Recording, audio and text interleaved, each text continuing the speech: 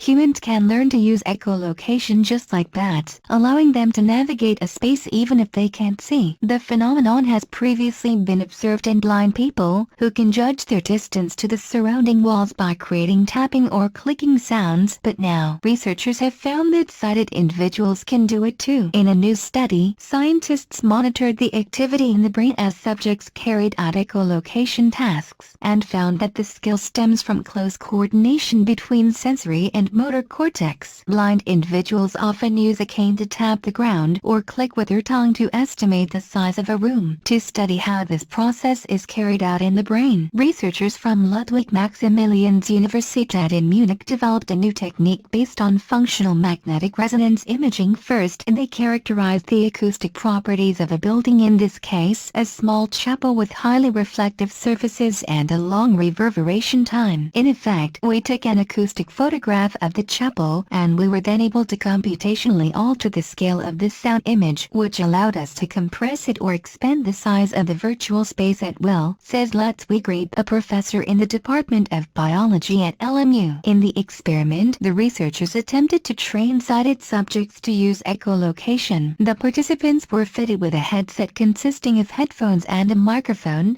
placed in the MRI scanner. Signals were fed into the headphones to help them judge their position in the virtual space. The subjects then produced tongue clicks, and the corresponding echoes of different sizes were played to them. All participants learned to perceive even small differences in the size of the space, Grebe said. According to the researchers, they were also better able to assess the size of the space when they actively produced the clicks, as opposed to when the clicks were played back to them. One of the subjects was even able to estimate the size of a virtual space within 4% of its real size. The researchers found that the tasks activated the sensory cortex, as sound waves generated by the clicks were reflected and picked up by both ears. In sighted subjects, this was then followed by the activation of the motor cortex, which stimulates the tongue and the vocal cords to emit new clicking sounds. Echolocation requires a high degree of coupling between the sensory and the motor cortex, said Dr. Virginia L. Flanagan from the German Center for Vertigo and Balance Disorders at the LME Medical Center. In experiments with a blind participant, however, the reflected sound spurred activation in the visual cortex. This phenomenon was only observed weakly in sighted subjects. The researchers are working to develop a training program that will help blind people learn to use tongue clicks for echolocation. That the primary visual cortex can execute auditory tasks is a remarkable testimony to the plasticity of the human brain, Grebe says.